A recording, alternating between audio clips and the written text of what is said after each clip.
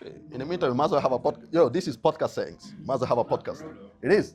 Yo, what's going on, man? What's up? What's the topic of discussion for today? Our discussion. How did the rebrand happen? How did the rebrand happen?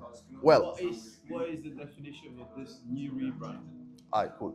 So for me to explain that, I gotta go back into how we started the clothing brand and then how we went and the way we planning to modernize it, rebrand it. Okay. Okay, so the idea was actually simple. I was talking on phone with this guy one day at work. He was like, should we start selling clothes? I was like, okay, how does that happen? In life, when somebody tells you something, if you can Google it. So I just Google what you need to make clothes. You need clothing, you need the design, stick on the cloth, and then finally sell it. So we thought it was gonna be very easy. We got the clothing, not a small one, 200 pounds. That came, we bought the vinyls, then we turned it on, and after the week, I managed to figure out how that works out. We started printing clothes, and now we had the design on the clothing. Very simple. So even now, it's gonna take me like 10 minutes just to print something like this. I don't need a supply to do this because I have the machine to do this. It's very simple. So that's extremely cheaper. Because the way I saw most clothing brands starting is somebody has an idea. For example, you have the idea, but you go straight to the manufacturers to make them idea happen. But then what happens if nobody buys it? What was name Céleste? What does he mean? Céleste. To you? What's the definition of Céleste? Okay, so to understand the Céleste, we need to go back into the original name. HLC is the abbreviation, but at first it was high-level clothing. Yeah. That was our name, high-level clothing. So we started branding as high-level clothing. Even now on the old design, there's still high-level clothing on it. But clothing, it makes it super general. Everybody can have an idea of making a clothing brand. If you go on IG, every day that goes by, somebody starts a clothing brand, but none of them succeeds. Because after that, I realized making a clothes is actually the easiest part. It's branding it. Who you trying to sell to, how they perceive your product. Because this can be sold at 50 pounds, or it can be sold at 200 pounds.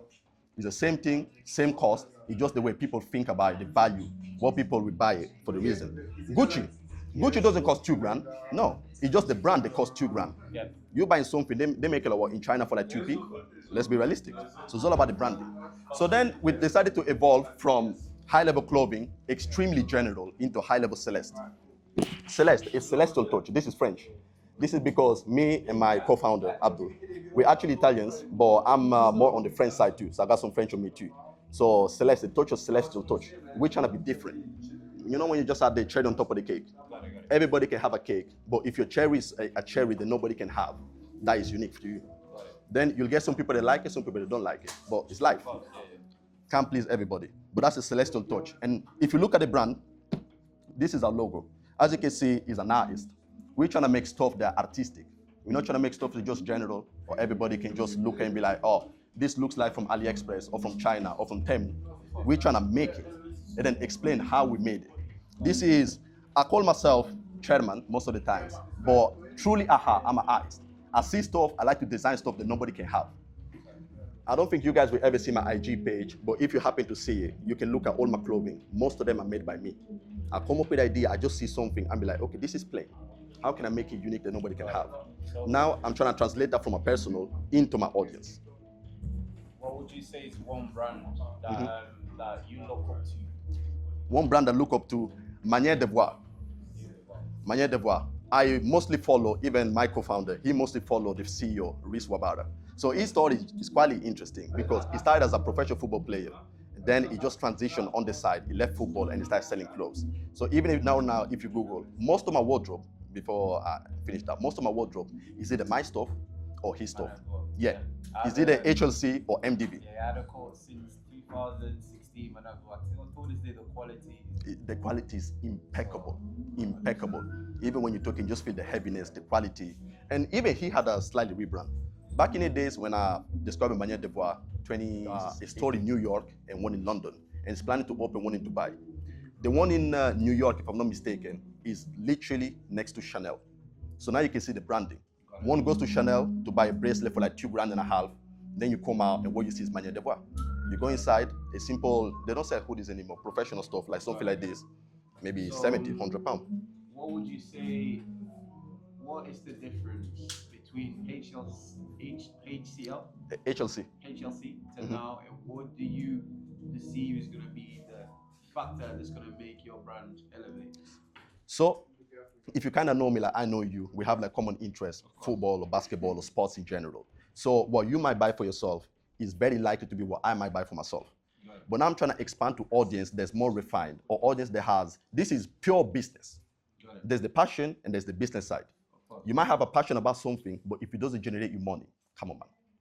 100%. That's why one of my biggest takes is I don't have anything against rappers or musicians, but if I was to be a musician, I'll never be.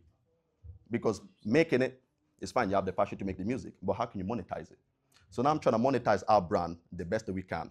And why sell to small fishes when you can sell to big fishes? Why have you decided to make the first drop winter rather than summer drop? In winter? Well, this was more logistical issues. Me and my co-founder, obviously, we do have work on the side. So the best time it came was just winter. And we decided to have this, one of the hoodies, and the set for females. By the way. Thank you. And the drop for the females. So there was no, it just happened to be. It just happened to be. Yeah. But from now on, we plan at least 2 drops minimum a year. That's what we're planning. Are you thinking about any fashion shows coming up, or are you just starting year one, just focus on just shoots, or? Well, this is from my perspective. Obviously, Abdul might have a different perspective. I'm focusing on setting up the right foundation. So I don't want to rush it too fast. If you're trying to build a solid house, you build it on solid concrete foundation. You will never build on sand. And the way I look at building on sand is from this photo shoot, then start organizing fashion shows, then start organizing pop-up events and everything without understanding if the photo shoot was good to start with.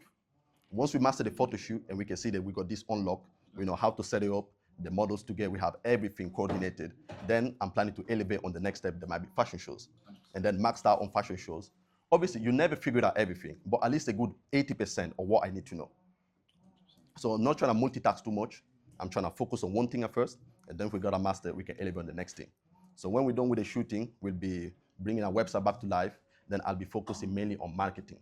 I need to understand our type of audience. Now I have an idea, but I still haven't gave the universe the clothing that we have to see who likes it. Then if it happens to be a specific type of people that like it, then I'll try understand that specific type of people to sell to more people like them. Got it. Last question. So when is the website open, running, and when is the first show coming out after the show? Well, for that one there, I don't have a specific day by now, but it's going to be anywhere next month in November. So stay tuned. Stay locked in. I gotta create a little bit of curiosity, 100%.